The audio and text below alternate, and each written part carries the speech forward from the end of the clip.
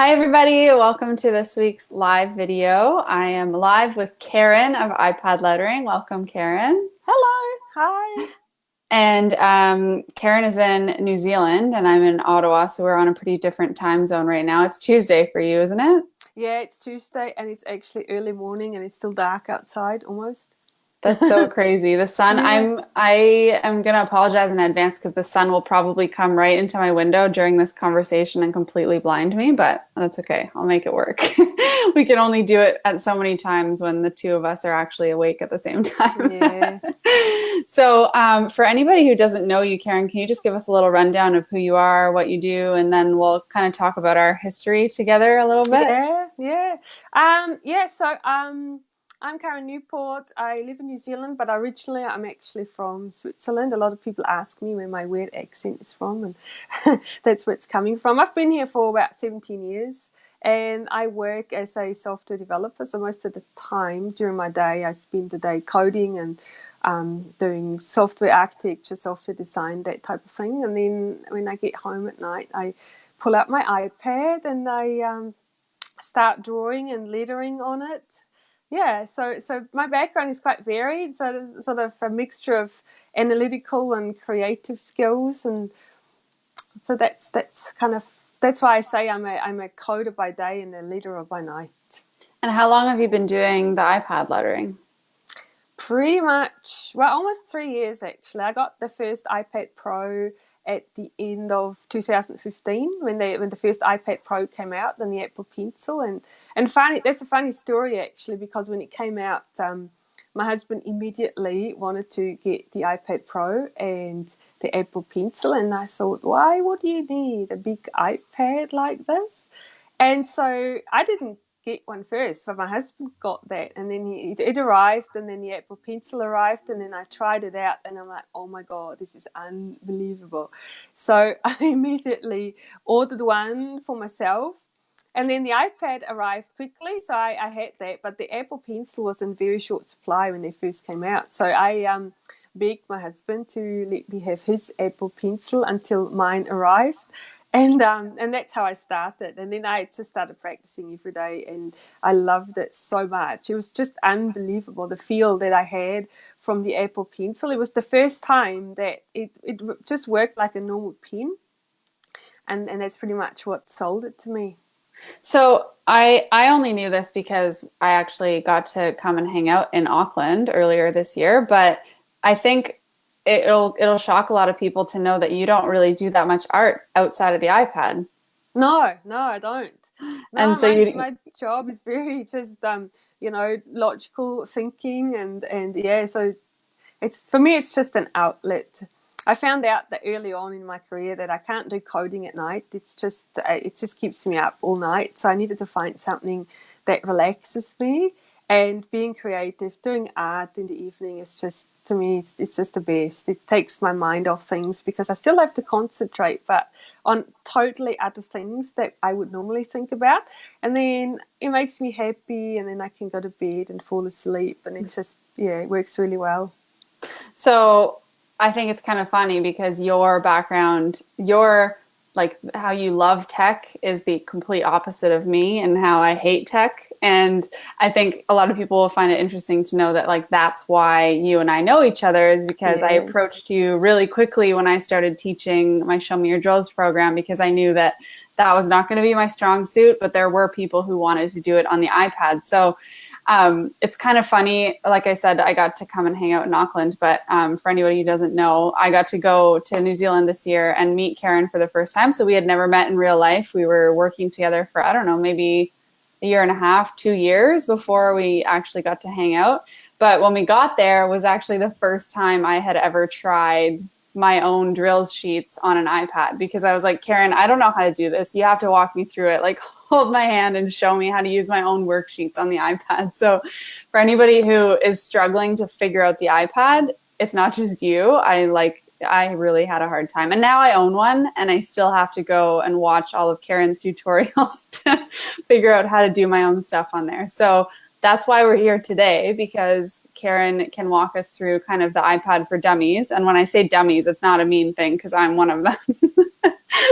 But I'm excited to just kind of hear you walk through the very basics. And I'm sure you've done this many times. You have really good tutorials on it and stuff. But as it relates to the people in this group and maybe the Show Me Your Drills program that a lot of people are familiar with and stuff, I think doing it from the very beginner is going to be helpful for a lot of people.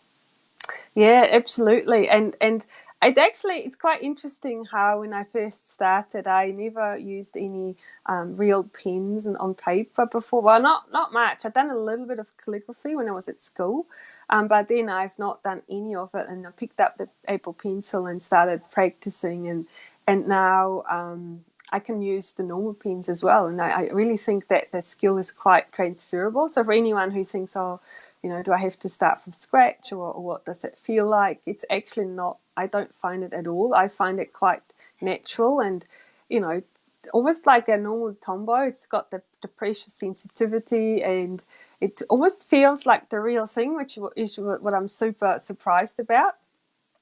Yeah, so definitely don't be afraid at all of trying this out, and you'll be surprised. And I feel like when Becca tried it for the first time, you weren't awkward at all. You just picked it up and you just pretended it was a tombow and you started practicing, and it just, yeah, I think it felt quite natural for you as well. Yeah, it feels really similar to a pen. I think just the hardest part about it for me is getting it set up and getting the sheets into the actual app and all of those Yeah. things. So that's what Yes. I'm excited for you to walk people through. So maybe I'll get my face off of here and we can just jump right into that. Sounds good. All right, Okay, let cool. me turn my camera around. Bear with me. Let's see how this goes.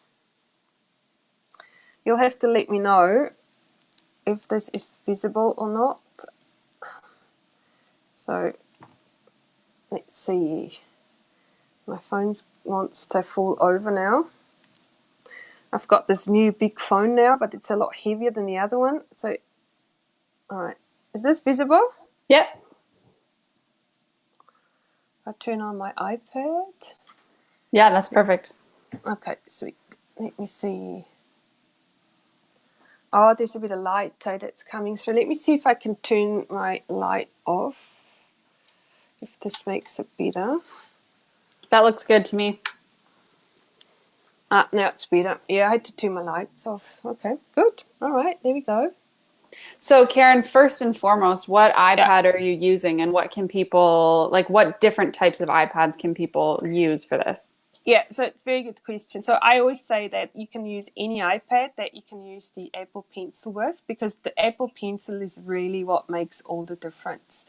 And in terms of iPad, this one's an iPad Pro 12.9 inch. This is the second generation one.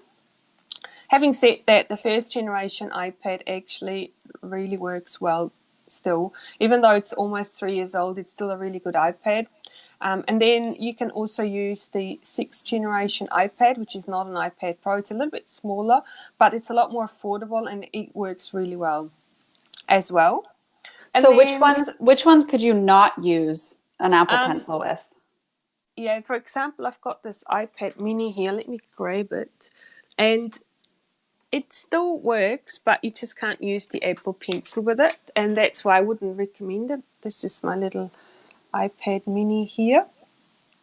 And with this one, you'd need to use a different stylus, but I don't recommend it because it just doesn't work that well. I've got this stylus here, which is the a donut pixel, and I've tried it, and it works, but it's just not the same. And I feel you get frustrated when you use this, and then you think your lettering is bad, but it's not actually the lettering. It's just that the tools are not the best. So I definitely recommend that. Getting the iPad that you can use the Apple Pencil with. Yeah, so someone actually right off the bat just asked if it has to be an Apple Pencil. Yes, absolutely. And, some people ask me that, do I need to spend $99 on an Apple Pencil? But then this donut pixel stylus is $79, and it's not even the same ballpark. And so it's just really, you'll actually end up buying two styluses if you don't get the Apple Pencil first time round, because you'll get frustrated. So, yeah, definitely get the Apple Pencil. Okay. All right. And so what else do we have? Yes. iPads, and then other size. A lot of people ask me also the size of the iPad, and I have the 12.9 inch. And the reason why I like the size is because it's almost the same size of an A4 sheet of paper. So it's just a sort of a size that I'm used to already. But you can use the smaller ones as well if if you prefer that size. I just like to have the big screen available. And I don't find it too heavy or too bulky or anything like that. I carry this around with my laptop in my bag and it's fine. It's not too heavy or anything. So, yeah, so I think this is perfect. And I think Apple's going to bring out a bigger one next month, or this month actually, hopefully. And if that's the case, then I'm going to buy the bigger one. I find that really crazy because even I have the 12.9 one and I find it massive. But I mean, it's great when you're doing practice sheets and stuff on it because, like you said, it's like the same size as a normal piece of paper. Yeah, exactly. And I mean, you can zoom in, you can make it reasonably big like this. But one of the things I also like is that you can put your wrist, the whole wrist on it. If you have a smaller iPad, let me show you on this one. So one of the things that might sort of prevent you from writing nicely is that your hand goes off the screen. I'm not sure if you can see this, but if that happens, it's just awkward to write. So if you have the small iPad, then you can write maybe one letter and then you have to move it. Oops. And then, you have to kind of move your wrist quite frequently. But with the bigger screen, there is so much room. So you can actually write for quite a while until you have to sort of reposition the sheet that you're writing on. So that's definitely one of the benefits as well.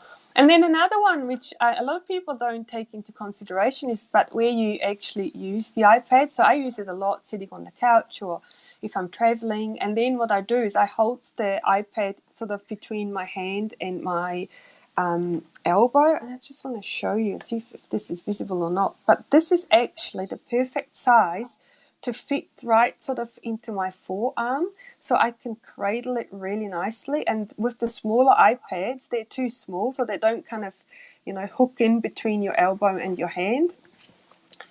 But that's just, that's probably just a small thing. But I've noticed that this is why I actually like this size as well, because of that. Yeah, that makes a lot of sense. One other question about supplies as we get started. What kind of case do you recommend and where do you get your cases? Yes. So the case I have here is just a normal Apple case.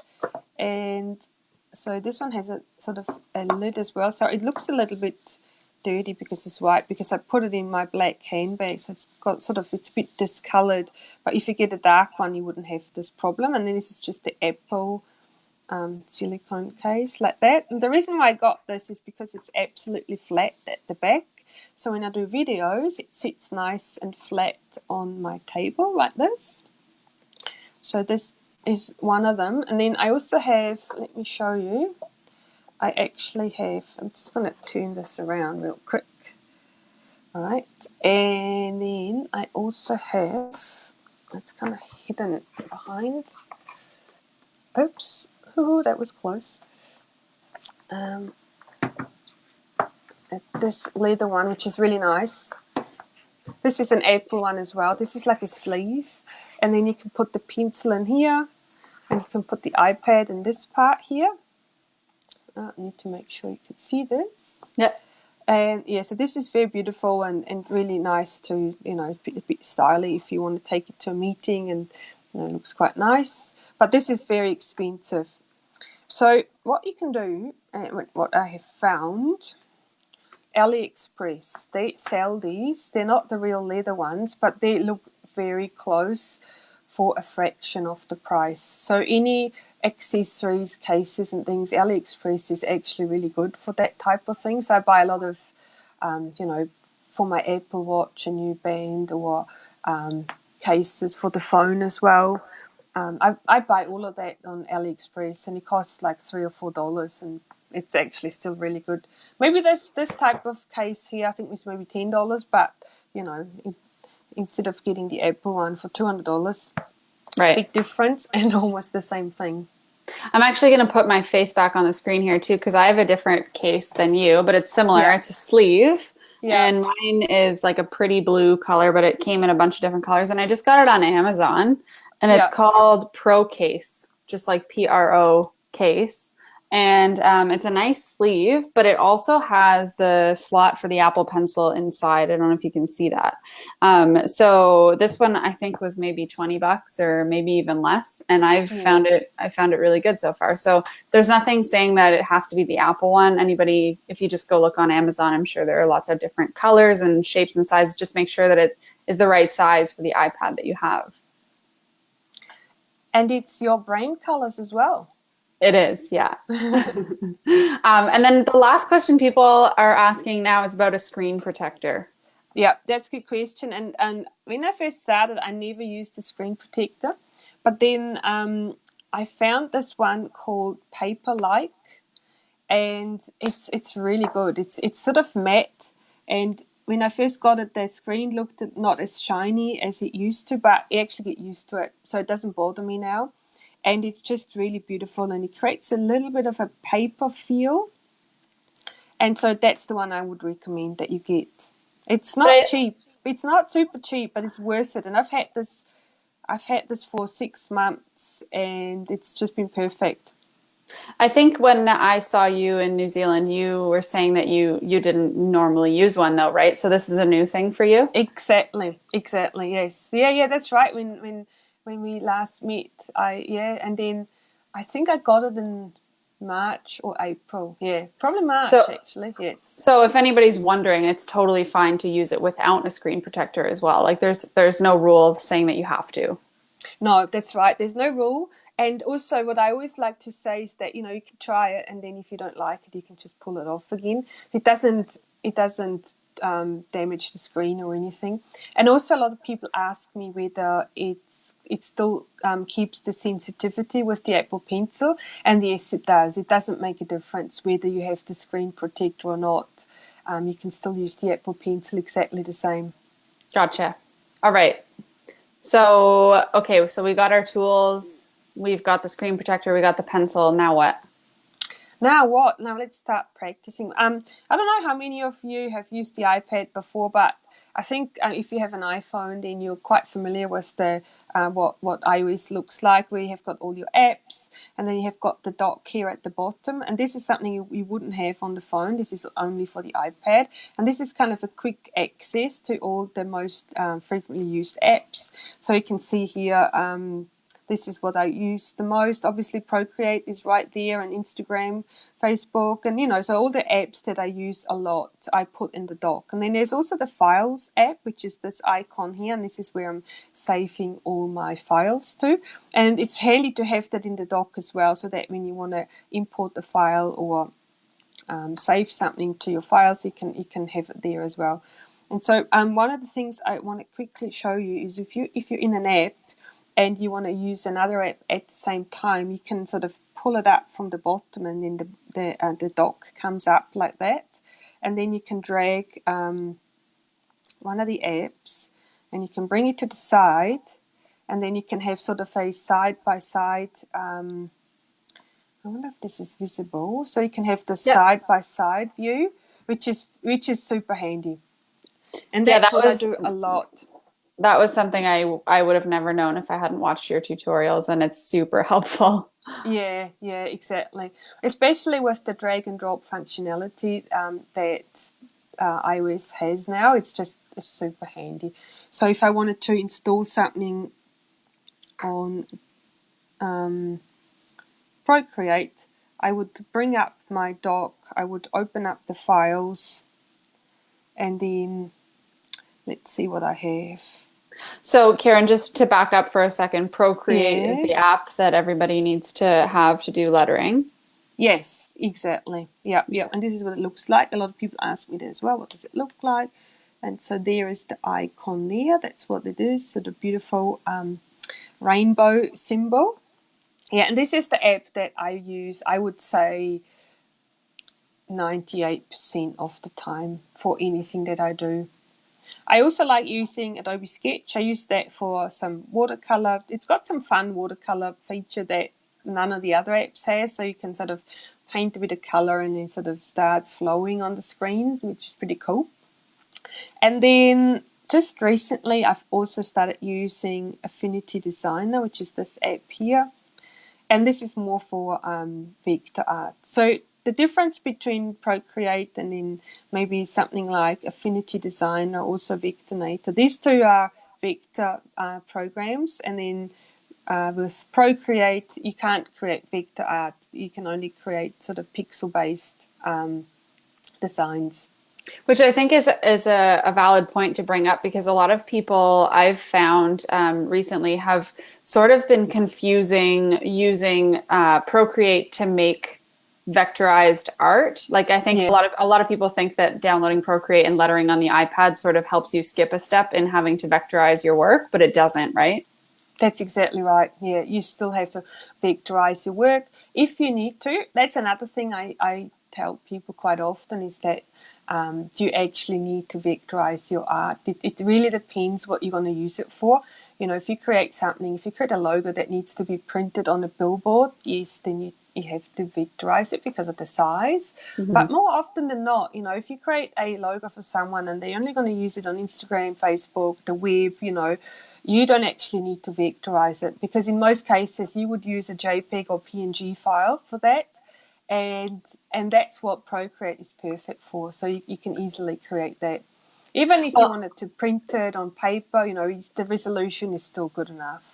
and like starting it on Procreate and then vectorizing from there is just easier than doing it from a piece of paper and vectorizing that. Like, just naturally, it lends itself better to being vectorized. Oh, absolutely. Yeah, Yeah. yeah, Yeah. totally. And you know, the undo, the two-finger tap undo, that's just the best feature ever. It means you can really you know, try as many different designs as you want. You can just undo it. There's no wastage of paper or pens or anything like that. So that makes it super, super easy to quickly create something new, or even just try a few different concepts. And then it's got some really neat features that are new now with the latest version of Procreate, where you can sort of slightly push things around and just slightly adjust them, which is super cool as well. And then it's really, really nice to even just to test something out quickly before you commit to, you know, doing it nicely. Which I think all of those little tips and tricks you're going to show us, right? Once we have everything Yes. imported. Okay, so let's do that. Yes. Yeah. Okay. Let's do that. All right. So we got Procreate. Maybe just a quick overview of the interface. So this is the gallery, and you can see here it lets you organize your canvases into stacks. That's what we call stacks, and I have lots of them. So this is almost 3 years worth of canvases, and then if you tap on a stack, then you can see that it's got individual canvases. So any one of my stacks would have between 20 and 50 canvases inside. Um, and then, so I kind of organize it by date. For some reason, my brain works chronologically. So I've got folders for September, August, July, because I always remember when I did something. I tried to do something different. Like there's one here that says painting, where I sort of thought I'll put some painting in there, but then it just didn't work. So mine are all chronologically. And then what I do once I have a whole year's worth of stacks, I merge them all into one. So I'd have a 2017 one and a 2016, and so that's kind of how I keep them organized. And then I do have one for Show Me Your Drills, of course. I'm just trying to find where it is. Oh, there it is. And so I've put all the practice sheets for Show Me Your Drills into this one stack. So, you know, it doesn't distract me from other things that I do. And they're all in here. So now how do we get them in here? And that's a good question. So the easiest way to do that is to actually save the practice sheets to your Files app and then just drag them in. But if you are in our group on Teachable on Becca's platform, there is a video where I'm showing very detailed how to install the practice sheets, much better than I'm going to show now. This is just a different way what I like to do. So I'm going to bring up the doc again, and I'm going to bring this over here. And so I've got that Show Me Your Drills practice sheets here.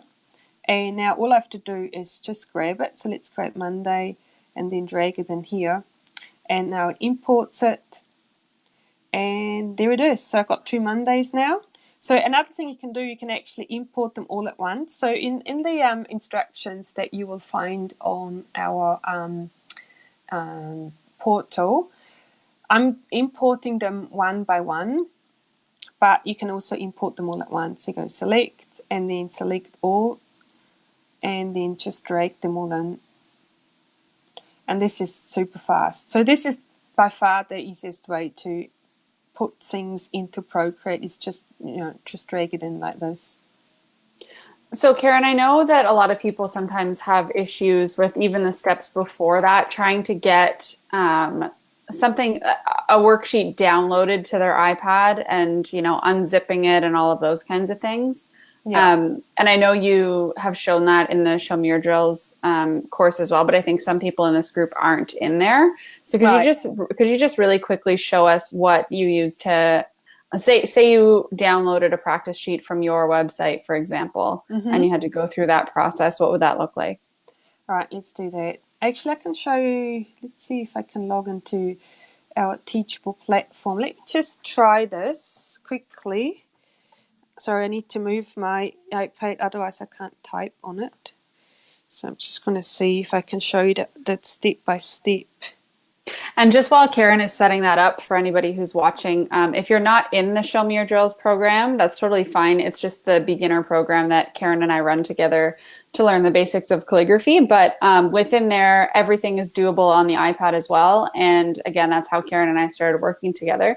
So she has made a whole couple tutorial videos and a couple of PDF step-by-step guides for how to download worksheets. So even if you might not be wanting to do the drills worksheets, it could be a valuable resource for you. It's free to just go and find those videos and try those step-by-steps getting the drills worksheets. And I know that for me, it has taken me even like doing it 5 times to just remember how to do all of those steps in my head. So sometimes just going back and referring to those videos can be helpful.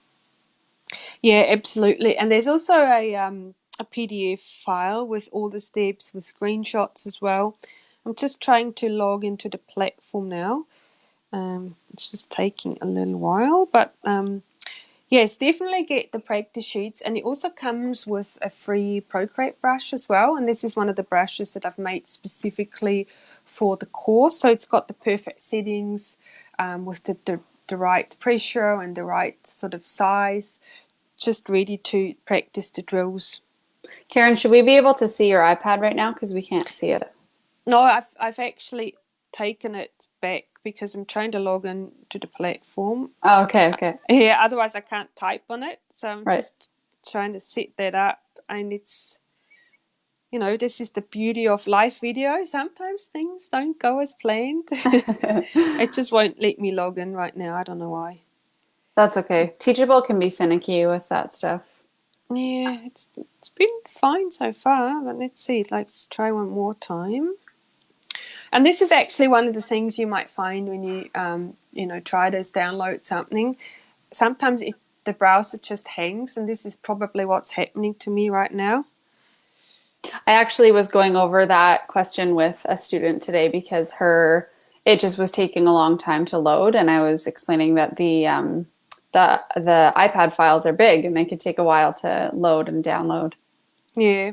So now what happened is that Teachable is actually not available right now. So I'll show you the error message. So it's not me. It's not me, but this is just not working right now. So but what you can do, I'm just going to refresh it. No, it's not working. I'm sorry. Oh, that's okay. It might be down. Maybe we've crashed it today with so many people on it. Yeah, I wonder whether that's what happened. This is actually really unusual. It seems to be working on my end, but either way, if you want to just walk through like what the unzipping app you use and all that kind of stuff, like I think you use Dropbox, right? Or Google Drive. No, you can use Dropbox, you can use Google Drive, but I'm using usually just the iCloud files. Let me just go through those. So let's do something different. So let's go to my website and we'll just grab some of the freebies and I'll show you it works the same way. So I've got some guide sheets that you can get from my website as well. So let's do the guidelines template, and let's put that in there.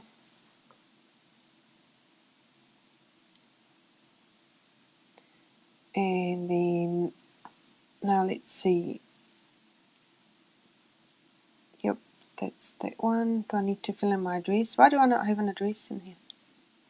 Let me put that in as well. Sorry, I need to pull back my laptop. My iPad again, because otherwise I can't type. And we don't want to see your password. Oh, my password. Yes, exactly. Yeah, this is not liking it that much right now for some reason. Okay.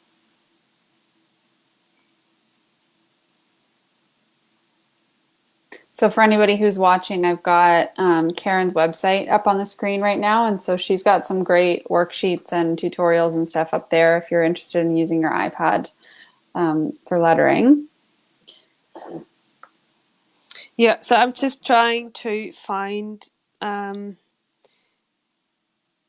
account I can log into so that I can show you how this works. All right, let's do this.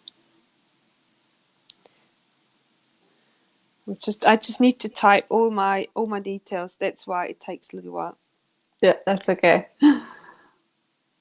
We're not in a rush. Oh, perfect.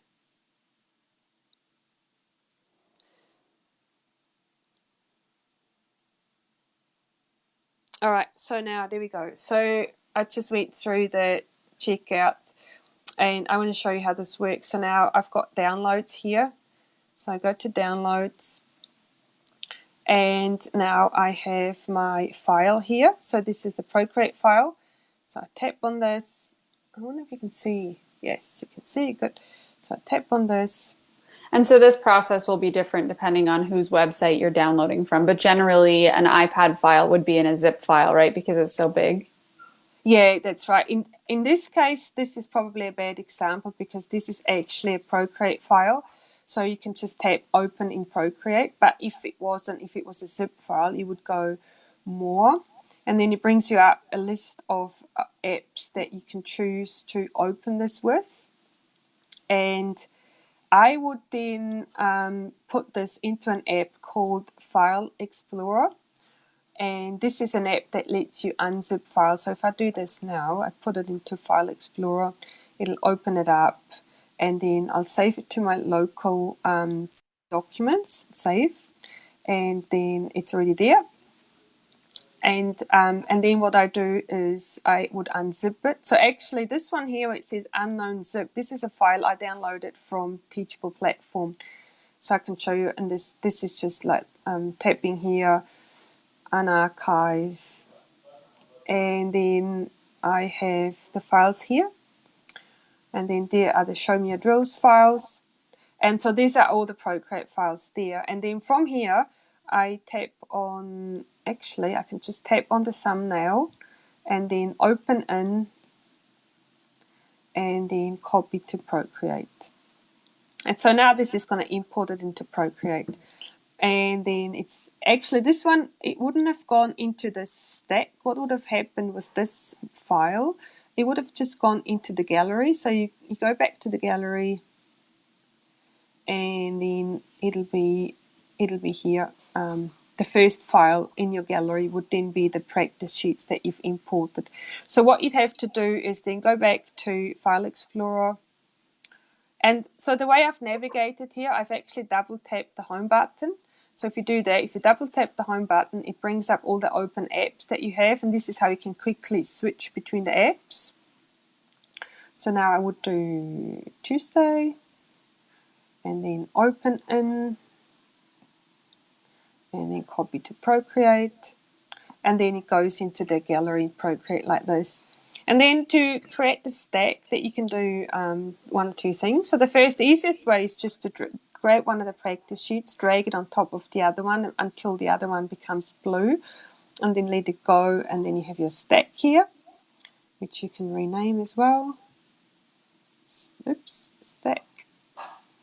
This is hard now because I'm sitting so far back, but you can give this a name. Show me your drills, and then it's nice and organized, and then you can just carry on. So let's do another one. So let's do Wednesday, and we'll do open in Procreate. So now you see it's not here, and the reason why it's not here is because it went into the gallery, not into the stack. So it's there in our gallery. So now what you can do as well, you can go select. So this is going to put the whole app into the selection mode, and then you can see there's some little check boxes here. So I can tap the ones that I want to stack, and then just click stack here. So that's another option of how we can do that. And then to get rid of the selection mode, just tap the X, and then it goes back into normal mode. And now we have a stack with 3 files. So this is how you import the practice sheets. And then the brushes. So there's a brush that comes with our drills as well. So to import the brush, you go back to File Explorer. Oops. And the brush is this one here that says Perfect Rules Brush. So same thing, open in, copy to, open in, there we go, Procreate. And now you think nothing happened, but the brush actually goes into the imported folder that you have here. And I've done this before when I did the video, so that's why it's got 2 of them. We don't only need 1, so we can get rid of the other one and delete. And then you can move this brush into any of your existing brush folders, or you can create a new one. So if you wanted to create a new brush set, I would hit the plus. And I'm going to show this again because quite a few people don't realize that you have to pull all your brushes down to be able to reveal the plus there. So normally if you just open the brushes panel, the plus doesn't show, so you actually have to pull it down until the plus turns up here. And then hit plus, and then we can call this Show Me Your Drills as well.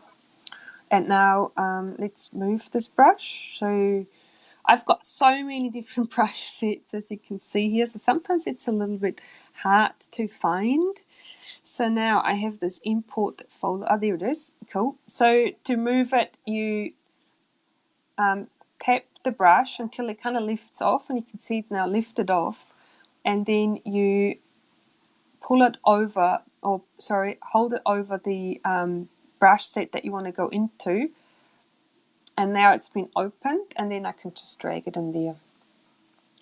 And so this untitled set here, I don't want this anymore, so I tap it, and then I can rename it, delete it, or share it. So in my case, I'm just going to delete it because I don't need it anymore. Oops, that didn't work. Do it again. Delete. Yes, and then it's gone. And then I have my brush here in my Show Me Your Drills folder. So what I recommend before you start changing any of the brush settings, copy the brush. And to do that, you can swipe to the left and then hit duplicate. So now you have 2 versions of the same brush. So what you can do with this one now, if you wanted to change any of the settings, even the size. So the size of the brush can be changed on this side here. And now, because I've got this copy here, if I want the original brush back, I can just go back. And this is the way I've set it up. So now what you might want to do to know which brush is which, you can rename it. So you tap on the header there, and then you just call it My Perfect Drills. And now you know which brush is which, or you can call it anything you want, of course. So now you can adjust the settings. One of the settings that you might want to adjust is the streamline setting there. So this one has been set to the max, and the reason why I do that is because it just makes it nice and easy to create smooth strokes, but you might not like it that much, so you can just turn it down a little bit. And I'll show you the difference when we do that. So let me turn this off, and I'm going to choose a color that's a bit more visible. So if we were going to start practicing our drills now, so this is now streamline turned off, and then I'm going to go back to the original brush, which has it turned on, and now this is nice and smooth. So that's kind of the difference. And it's a bit thick now, so I'm going to make it a little bit smaller.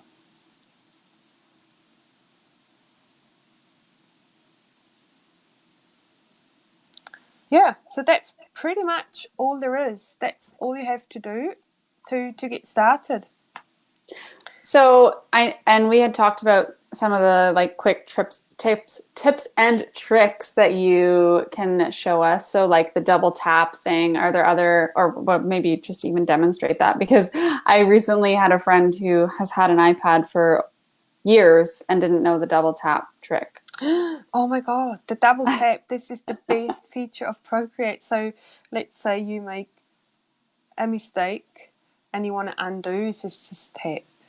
And you'll be surprised, once you start doing this 2-finger tap undo, you'll do it on the paper as well.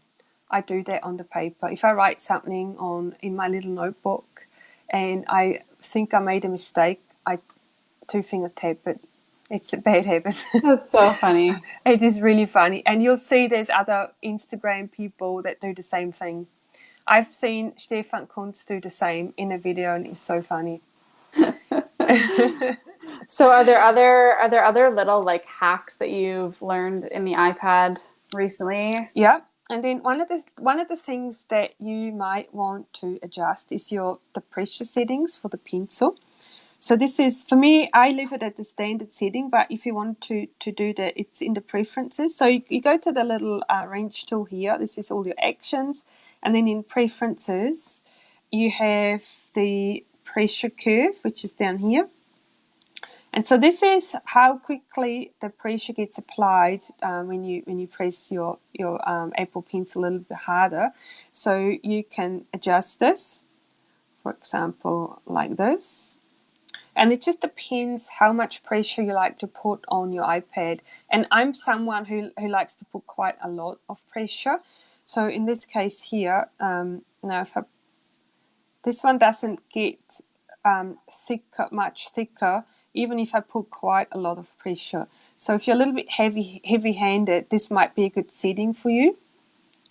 But now let's change it and let's put it the other way around. So if you're someone who doesn't like to put a lot of pressure, you might want to change your pressure curve like this, because now I can make it thicker without a lot of pressure put on. So this is just an individual. I think it's a bit hard to see. Maybe I need to make the brush a little bit bigger so it's a bit more visible.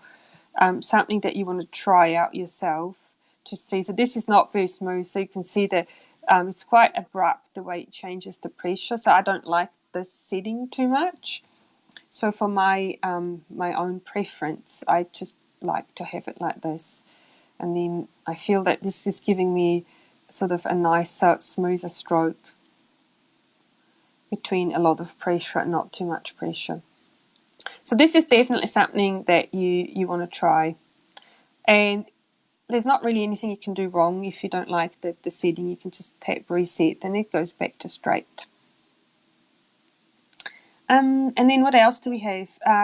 The layers panel, I really want to show what that does because that's quite important. So when you get your practice sheets and you tap on your layers panel, you can see here we have got 4 layers, or 3 layers plus the background color. You can change the background color. If you don't want to write on white, then you can, maybe green. I like white though, so undo. And then you have 2 layers with your actual practice sheets. And the first one is for week 1 and 2. So this is currently turned on. This checkbox here determines the layer visibility. And you can turn it off like that. And then once you get to week 3 and 4, you can turn it on. And so you've got week 3 and week 4. So I want to turn that back. And then make sure that you always write on a new layer. So there's a layer here that says write here, and it's very important that you do that because let's just do a little practice and I'll show you why. So if I start writing on this, and then let's say I have filled in my whole sheet, all I have to do now is create a new layer and turn the visibility of this one off. And then I can start again. So this is super easy. So that this means you get to keep the work that you've already done, but you can then just start from scratch again, and you don't have to erase anything, and you can just carry on really quickly and easily without losing previous work that you've already done. So this is definitely handy. And then maybe also quickly some of the other tools that we have here in Procreate. So this is obviously your brushes tool. This is where all your brushes are. But then a lot of people don't realize that these brushes can actually be used with the other tools. This is the smudge tool. Karin, could you put your screen a little more to the left? Oh, sorry. Yeah. There we go. Yeah, perfect. Yeah, cool. Then we have the smudge tool. And if you open this up, you'll notice that this has the exact same brushes than the brush tool. So that means you can smudge your strokes with the same brushes that you use for your writing. So let's do a quick demo how this works. I'm going to use a different brush because this one's not so, this one doesn't smudge so nicely. So I'm just going to use one of my, these are some of my new ones that I've made. So let's say this one's a thick sort of paintbrush. And now if we wanted to smudge this, I can long tap on this icon, and that now selects the brush that I've been using for my lettering. But now, instead of writing or putting additional color on the screen, it actually just smudges it. So now I can, sort of smudge this out. And kind of, this is really handy to blend different colors. So if I paint with a different color and then smudge it, so I can kind of blend the colors together. But then the same thing applies to our eraser tool, which is this one here. So you can use the exact same brushes again with your eraser tool that you've been using for the other ones. So now let's choose the same brush again. So I'm just going to, this one. I'm going to long tap to select it. Oops, that didn't work. I'm going to do it again. Yep, now I've got this one, and now I can use this to erase. And this is especially handy because sometimes you have these brushes with texture, and then let's see down here, I find that this is a bit too thick. So if I use the same brush to erase my stroke that I've used to write it, it actually keeps the texture and it's not so harsh. So I'm just going to show you. I'm going to make it a bit smaller. And it kind of keeps that texture. You can see here I've erased the stroke, and it sort of erases it with that same texture to keep it nice and natural. And so that's how the different tools work. I don't know, what else, Becca, tell me, what else do you find useful? I'm trying to think. I mean, I was just going to ask you how you learned all these things. So did you read like the Procreate kind of guidebook, or where did you learn all these steps that seem to be like kind of second nature to you, but I feel like people would benefit from knowing where you learned it? Yeah, I'm just someone who tries things out. I Okay. press on all the buttons, and then I think, oh, I wonder what this does. Just go through all the menu options, and I find, especially with Procreate, a lot of these things actually just make sense, and it's a very intuitive user interface. But then, yes, definitely the Procreate handbook is fantastic. So that really gives you all the details and everything you need to know.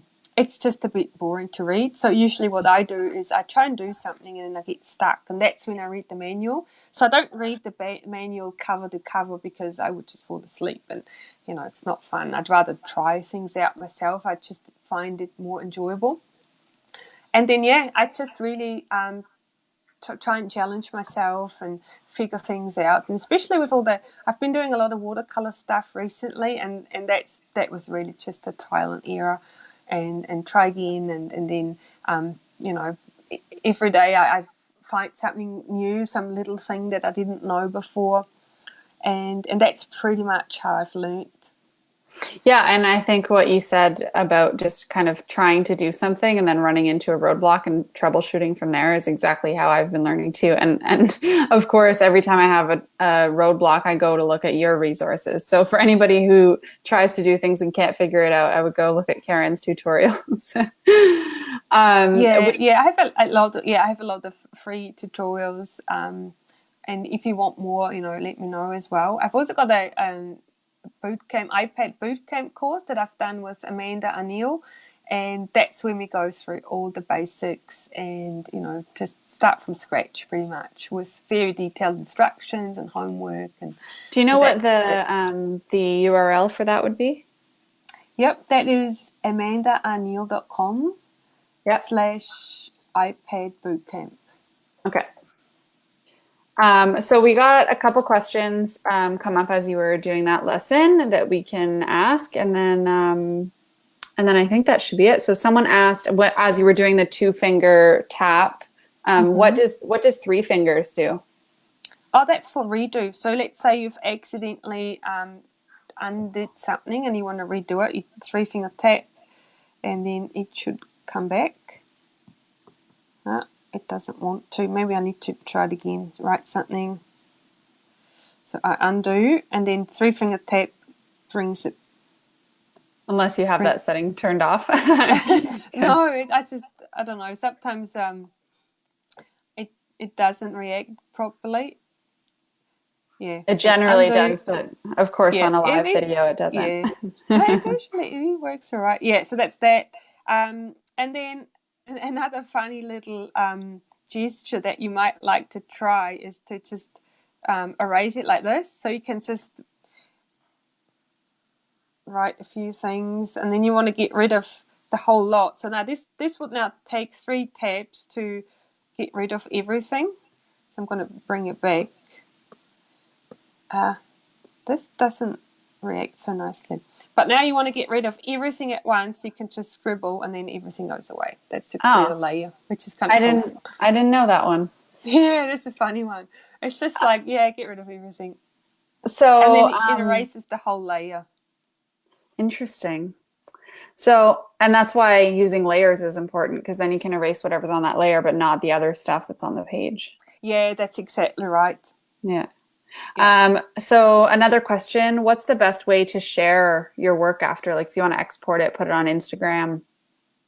Yep, that's a good question. So there is the export menu here, or share, I should say. Now we can't see the top left of your... Yeah, I'm going to move that around. Yep, so we've got the share option here. So you've got a multitude of different file formats that you can export your artwork in. And so depending on what I do, I choose a different format. So the first one is the Procreate format. And this is what you would use as to create a backup of your file. So if you wanted to make sure that you never lose this artwork, I actually recommend that you take backups.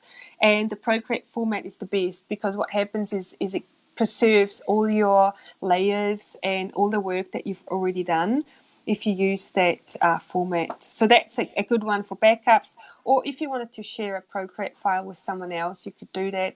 Or if you have 2 iPads, same thing, 2 iPads, or even if you have Procreate Pocket on your phone. Procreate actually exists on the phone as well. I'm just going to show you what that looks like while we're here. Sorry, I'm going off on a tangent now, but so this is what it looks like. You've got your little pocket here, so you could share it to the phone as well.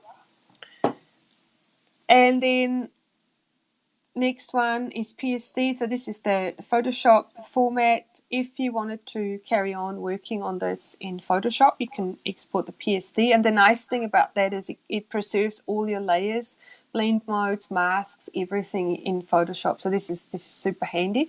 I use this when I want to print something. I put my artwork into Photoshop, and then print it from there. Just because I have the printer settings saved already, so that's why I do that.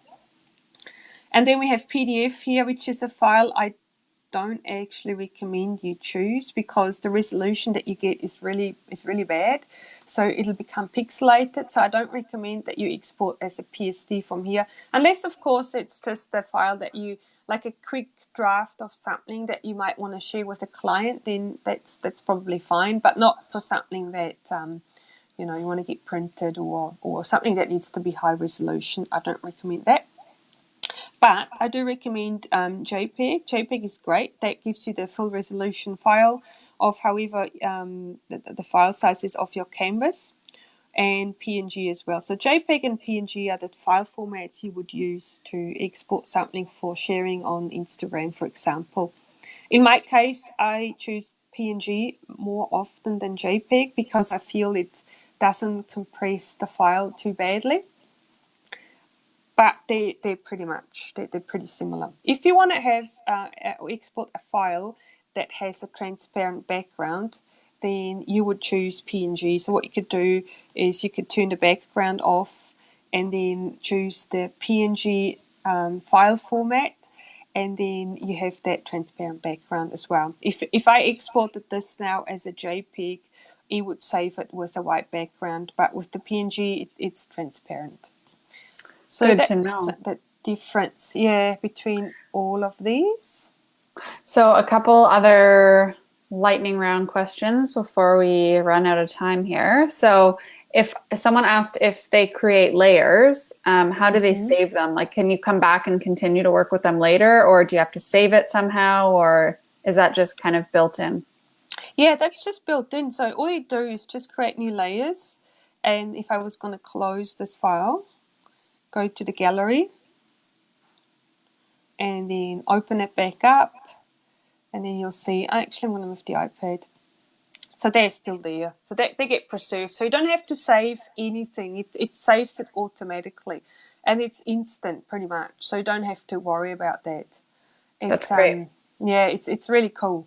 So one of the things you might want to pay attention to, so if I'm going to write something and then I don't like it and I want to undo it, I can do that like this. So now I write something and then I go to the gallery. As soon as I go back to the gallery, my undo history gets cleared. So that means if I open this back up, I can't undo anymore.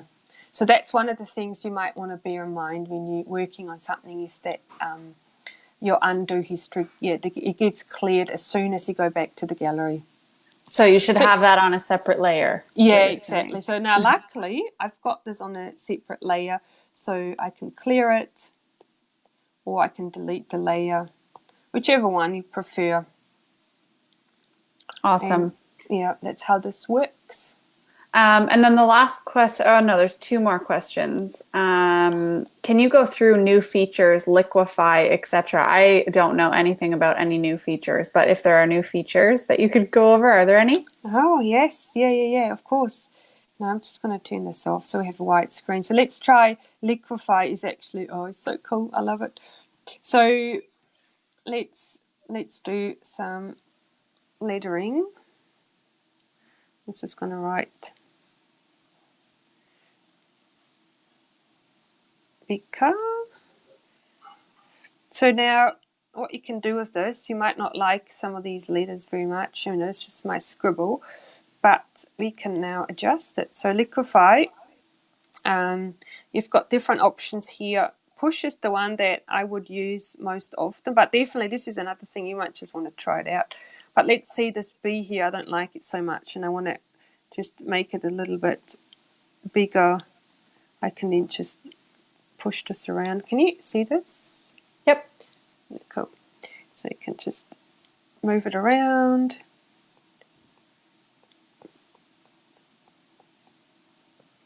It's not any nicer now, but I'm just showing you how it works.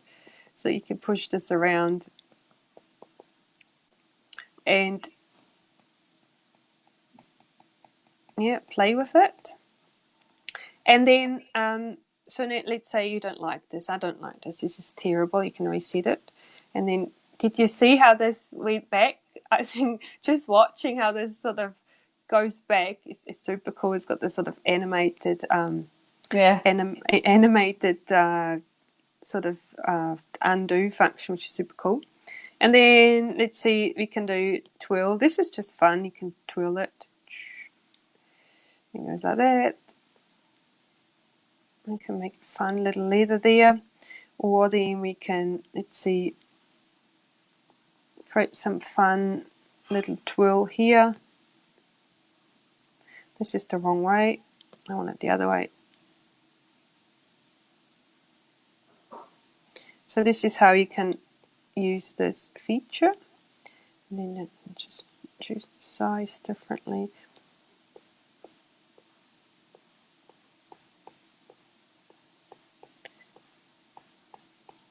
So you can embellish your letters if you want. I don't think this is going to go anywhere. This doesn't look very good. So we'll just undo that. Yeah, but this is pretty cool. So I use this mostly not to create those sort of fancy artworks, but just to do little adjustments. You know, just sort of very slight adjustments to my letters. I would use it for this. And then while we're still on this screen, I think this is perfect. We had another question about how do you select something to move it? So a word and a phrase rather than the whole thing, for example. Yeah, so that's right. So the whole thing, there is the selection. So this just moves the whole thing. But if you just wanted to move, let's say the C, for example, you can use this selection tool here. Can you see this? Can you just put your, yeah, there we go. Yeah, there it is. This is the freehand selection tool. And then I would just grab this leather. So you've created the selection mask like this, and then you switch to your arrow selection tool, and then you can just move this part individually. So if I wanted to put this here, and then I wanted to move the A as well, I can, I could do it like this.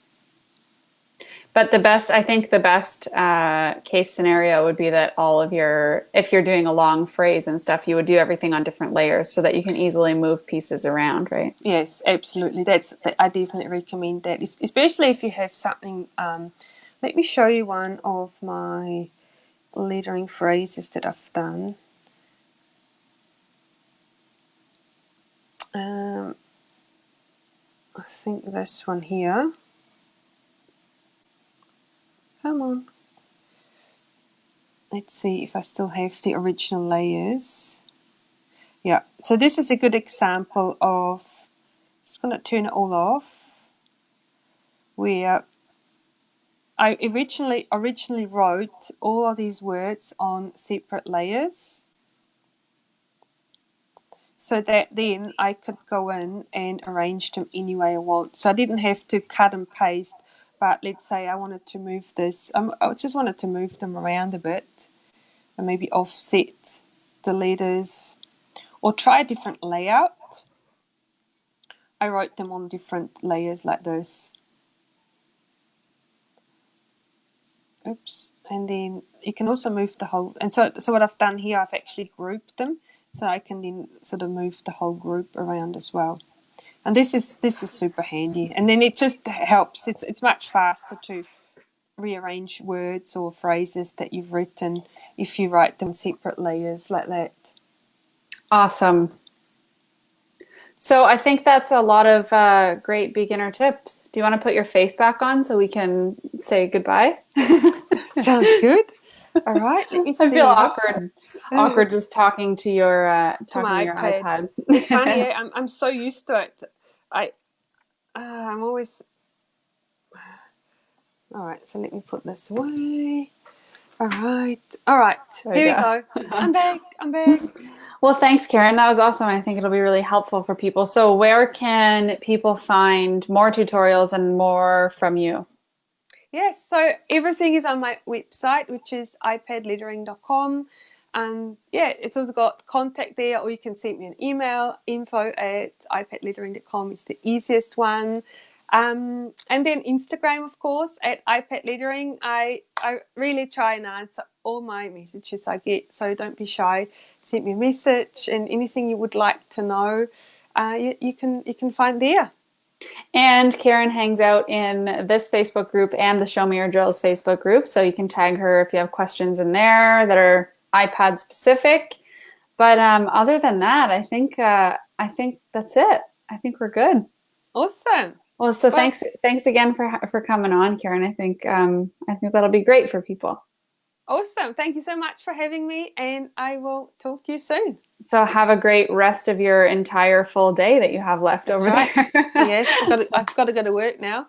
That's so crazy. All right. Well, I'll see you later. All right. Bye. Bye.